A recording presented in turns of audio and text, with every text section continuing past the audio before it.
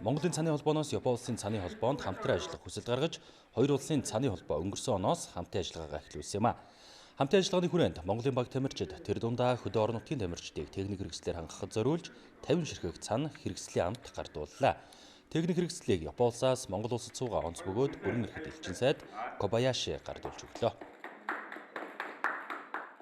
Японы цааны холбоо буюу Япон улсын элчин сайдаар дамжуулан бид нэр бусад цааны спортын төрлүүдийг хөгжүүлэх, бусад цааны спортын төрлүүдтэй хамтарч ажиллах, мөн хамтын ажиллагааны төрлөөр сноуборд, кросс, альпайн ски, фристайлын төрлүүдээр хамтарсан бэлтгэл сургалт хийх нөхцөл бололцоо хамтын ажиллагааны талаарх хэлцээрийг бол өнөөдөр ингэж Япон улсын элчин сайдтай ингээ ярилцлаа.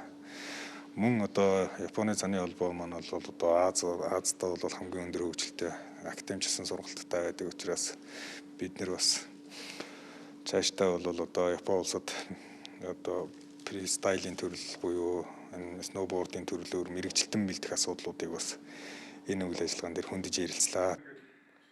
Монголын цааны холбооны удирдлагуудаас гадна Бээжин 2022 өвлийн олимпийн наадамд оролцсон олон улсын хэмжээний мастер ач удрах инх туул нар техник хэрэгслүүдийг тамирчдаа төлөөлөн гартаа авлаа.